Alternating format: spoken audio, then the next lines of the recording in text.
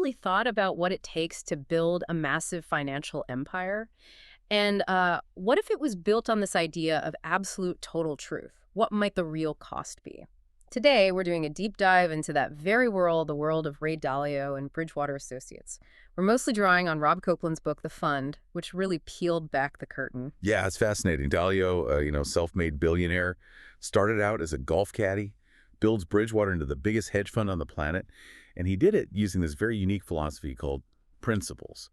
But as the book shows, this constant chase for, ultimate truth, it often made for a workplace that was, well, incredibly intense, maybe even terrifying for some people. Okay, so let's get into that. This core philosophy summed up as pain plus reflection, progress. What did that actually mean inside Bridgewater? How did it, manifest day to day? Right. So the idea of pain plus reflection progress was supposed to drive constant improvement. But in practice, it meant things like mandatory issue logs for everything. Everything. Seriously. We're talking notes on an empty coffee pot or someone not washing their hands. It wasn't just about fixing problems. It was about creating this permanent record of every single tiny mistake or perceived flaw. Okay, that sounds meticulous. Yeah. And then that evolved, right, into something even more systemic. Exactly. It turned into the dot collector and these things called believability scores. Picture this, a custom app used in real time during meetings. What? Everyone's rating each other constantly on different traits. Oh, real-time readings. Yeah, and those ratings feed into your believability score,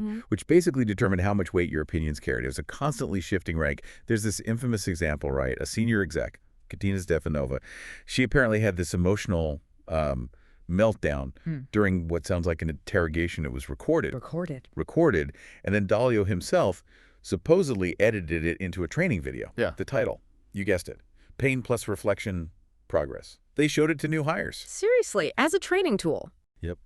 Kind of sets the tone, doesn't it? Shows how a principle maybe meant for self-improvement could, well, be turned into something else. Public shaming, control maybe. So beyond managing people with these principles, Dalio also thought he'd figured out the economy itself, this economic machine idea. That's right. He believed there were these timeless and universal rules governing markets. And his big dream was to basically automate everything.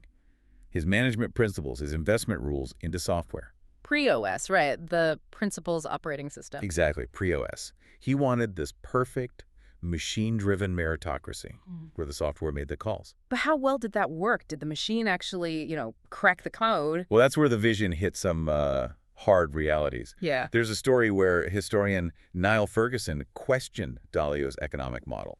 Dalio apparently just yelled back, "Where's your fucking model?" Yikes. Yeah. And even the tech experts brought in weren't convinced. David Ferrucci, the guy who created IBM's Watson, he reportedly called pre-OS a mess of pseudoscience. A mess. So it didn't work. Apparently it crashed all the time. And crucially, it often couldn't even predict what Dalio himself would decide in a given situation. So instead of clarity, it just added more confusion sometimes. Automating truth turned out to be pretty tricky. Okay, so you've got this intense system for rating people, this attempt to automate decisions. What kind of place did this actually create for the humans working there? Dalio talked about Bridgewater being like a family, but the book paints a different picture. A very different picture, yeah. Turnover was apparently incredibly high. Some former employees called it a wood chipper. Just chewed people up and spat them out. A wood chipper, that's harsh. It is. And this was happening alongside intense surveillance, tracking keystrokes, printouts, maybe even listening in on private conversations. You have to ask what kind of real growth happens when people are, well, that afraid. Right, and there were specific examples of this fear culture. Oh, definitely. Copeland details the Eileen Lies trial, this 9-month, apparently televised internal inquisition of an employee. 9 months? Televised intern. Yeah. And then there was the Hunger Games email, which just bluntly described mass firings. The atmosphere sounds like it was so tense that even Jim Comey, The former FBI director. that's one, he was hired as general counsel for a time, and he was reportedly seen checking off his ceilings, maybe looking for hidden microphones or cameras. Wow. If the former FBI director is looking for bugs. It tells you something, doesn't it, about the level of paranoia or lack of trust. So you have this stark contrast then. Ray Dalio's public persona, Yeah. the TED Talks on humility, the stories of him being just a regular guy struggling with luggage at the airport. Right, that image of the humble truth seeker. Compared to this internal reality described in the book, this intense, high-pressure, potentially fear-driven environment. Exactly. And that leaves you, the listener, with a pretty big question, I think.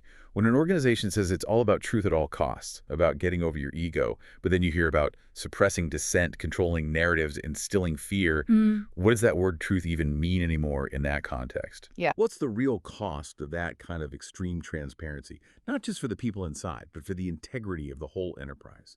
Something to definitely think about.